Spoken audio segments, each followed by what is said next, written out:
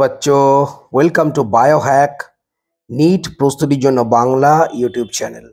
তো স্টুডেন্টদের মধ্যে একটা কনফিউশন রয়েছে আমার প্রত্যেকটা ভিডিওতেও, কিন্তু স্টুডেন্টরা জানতে চাইছে বারবার একই কথা, নিটে যদি অ্যাটেম লিমিট লাগু হয় তাহলে কি আগের অ্যাটেম্পগুলো কাউন্ট হবে কি না, এজ লিমিট অ্যাটেম লিমিট এক রকম কিনা বা এই ব্যাপারগুলোই।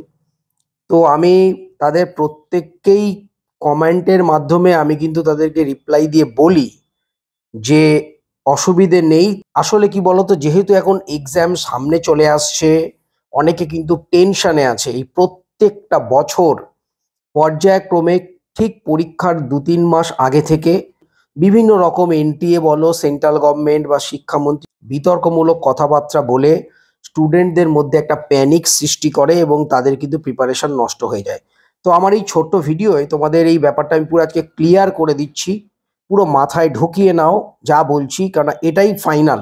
প্রথম কথা, আমাদের যে রাধাকৃষ্ণন কমিটি, যে কমিটিটা সুপ্রিম কোর্টের নির্দেশে তৈরি করেছে সেন্ট্রাল গভর্নমেন্ট, সেই রাধাকৃষ্ণন কমিটি কিন্তু কখনোই এজ লিমিটের কথা বলেনি। এটা প্রথম পয়েন্ট। এজ লিমিটের কথা কোথাও নেই, রয়েছে অ্যাটেম লিমিট। তো এই অ্যাটেম লিমিট কটা সেই নিয়েও কোনো রকম আলোচনা এই মুহূর্তে হয়নি। বিভিন্ন রকম নিউজ মিডিয়ার লিক রিপোর্ট অনুযায়ী অনেক ক্ষেত্রে শোনা যাচ্ছিল অ্যাটেম লিমিট 4টে, মানে তোমরা 4 বার নিট এক্সাম দিতে পারবে যদি অ্যাটেম লিমিট অ্যাপ্লাই হয়। তো 4 বার যদি হয়, আমি যদি তর্কের খাতিরে 4 বার ধরে নিই, কোনো স্টুডেন্ট যদি 18 বছর বয়স থেকে নিট দেওয়া শুরু করে, 4 বার পরীক্ষা দেয়, তাহলে 21 ইয়ার্সে তার কিন্তু অ্যাটেম্প্ট শেষ হয়ে যাচ্ছে।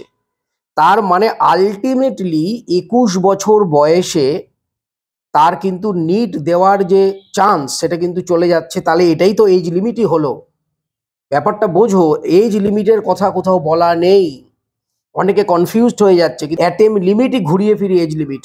কোনো স্টুডেন্ট কি এমন আছে যে এখন একবার ধরো পরীক্ষা দিল 18 বছর বয়সে, দুবার পরীক্ষা দিল 30 বছর বয়সে, তৃতীয়বার পরীক্ষা দিল 40 বছর, এরকম তো কেউ করবে না, পরপর 4 বারই দেবে না। তো সেই অ্যাটেম লিমিট কতবার সেটা কিন্তু ফিক্সড হয়নি, অ্যাটেম লিমিট অ্যাপ্লাই হবে কিনা সেটাও স্থির হয়নি। সেই কমিটি, রাধাকৃষ্ণন কমিটি বিভিন্ন যে রেকমেন্ডেশনগুলো দিয়েছে তার মধ্যে এই অ্যাটেম লিমিটও একটা রেকমেন্ডেশন আছে।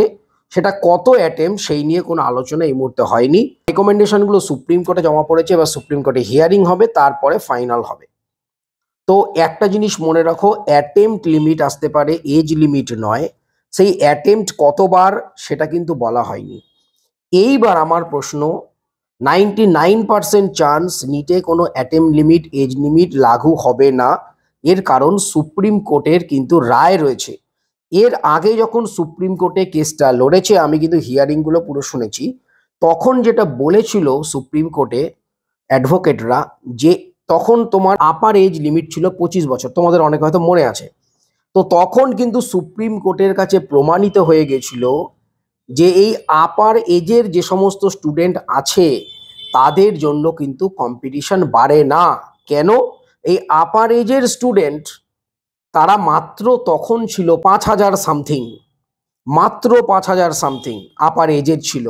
এখন সেটা হয়তো 10,000 15,000 হতে পারে। যেখানে পরীক্ষার্থী হবে 26-27 লাখ, সেখানে 10,000 15,000 যদি আপার এজের যদি অ্যাপ্লিক্যান্ট থাকে, তাহলে কি কম্পিটিশন বাড়বে এই বেসিসে। এবং এডুকেশন ফর অল, এই যে কনস্টিটিউশনের যে বলা আছে এডুকেশনের কোনো লিমিট থাকা উচিত নয়, এই সমস্ত বেসিসের ওপর দাঁড়িয়ে কিন্তু এজ লিমিট, অ্যাটেম্পট লিমিট চলে গেছিল। তো নতুন করে এজ লিমিটের কথা না বললেও অ্যাটেম্পট লিমিটের কথা বলছে। তো সেটা লাগু হবে না লাগু হবে সেটা তো পরে আমরা জানতে পারবো, সেটা বাদ দাও। এবার আমি যেটা মেন পয়েন্ট তোমাদের বলছি সেটা হলো, অ্যাটেম্পট লিমিট যদি লাগু হয়, খুব ভালো করে মন দিয়ে শোনো, অ্যাটেম্পট লিমিট যদি লাগু হয়, আগে যদি তোমরা 10 বার 15 বার 2 বার 5 বার যতবারও এক্সাম দাও সেটা কাউন্ট হবে না। যে ডেট থেকে অ্যাটেম্পট লিমিট লাগু হবে সেইটাই হবে প্রত্যেকের ফার্স্ট অ্যাটেম্পট। ব্যাপারটা বোঝা গেল? যখন কোনো আইন তৈরি হয় সেটা একটা নির্দিষ্ট ডেট থেকে লাগু হয়, তার আগের কোনো কেসে কিন্তু সেই আইন লাগু হয় না। সেই ডেটের পর থেকে এবার কন্টিনিউ আইনটা চললো। তেমনি যদি কোনোদিন অ্যাটেম্প লিমিট লাগু হয়, কেউ যদি আগে 10-12 দিয়ে থাকে, তার কিন্তু ওইগুলো কাউন্ট হবে না। যেদিন থেকে অ্যাটেম্প লিমিট লাগু হবে সেইখান থেকে প্রথম অ্যাটেম্প লিমিট কাউন্ট হবে। তো এটা খুব গুরুত্বপূর্ণ, এটা মাথায় তোমরা ঢুকিয়ে নাও, এই নিয়ে চিন্তা ভাবনা করো না। আরেকটা জিনিস তোমাদের বলছি, যে সমস্ত স্টুডেন্টরা বা গার্জিয়ানরা মনে করে যে যারা 5বার 7বার ধরে যারা ধরো ড্রপ নেয়, যারা ধরো অনেক বেশি এজ হয়ে গেছে তারা এক্সাম দিচ্ছে, তারা কম্পিটিশন বাড়ায়, এটুকু জেনে রাখো, পারলে এনটিএ ডেটা রিলিজ করুক যে 25 বছর বা 26 বছর বা 30 বছরের ওপর কতজন স্টুডেন্ট প্রত্যেকবার নিট দিচ্ছে, তোমরা দেখে নিও। 12,000 15,000-এর বেশি নয়। তো নতুন করে এজ লিমিট অ্যাটেম্প লিমিট লাগু হওয়ার সম্ভাবনা খুব কম।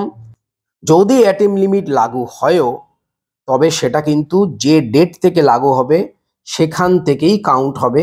আগে তোমরা যতবার নিট দিয়েছো সেটা কাউন্ট হবে না। তো এই ব্যাপারটা তোমরা কিন্তু প্রত্যেকে মাথায় ঢুকিয়ে নাও, ক্লিয়ার করে নাও। আর যাই হোক না হোক, এজ লিমিট অ্যাটেম্প লিমিট তো লাগু হবে না। সুপ্রিম কোর্টের জাজমেন্ট আমাদের হাতে রয়েছে, এবং যদি লাগু করতে নতুন করে চায় আবার কেস হবে। সুতরাং এই নিয়ে কোনো টেনশনের কারণ নেই। মন দিয়ে ভালো করে পড়াশোনাটা করো, এখন কোনো দিকে তাকানোর প্রয়োজন নেই।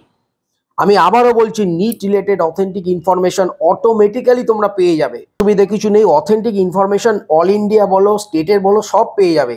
এদিক ওদিক যাওয়ার কোনো প্রয়োজনই নেই। অথেন্টিক ইনফরমেশন বাংলাতে তোমরা আমার চ্যানেলে পাবে। চ্যানেলটা সাবস্ক্রাইব করো, পাশে থাকো। নিট 2025 কিন্তু ক্লিয়ার করতেই হবে, সেই মতো পড়াশোনা করো। টাটা।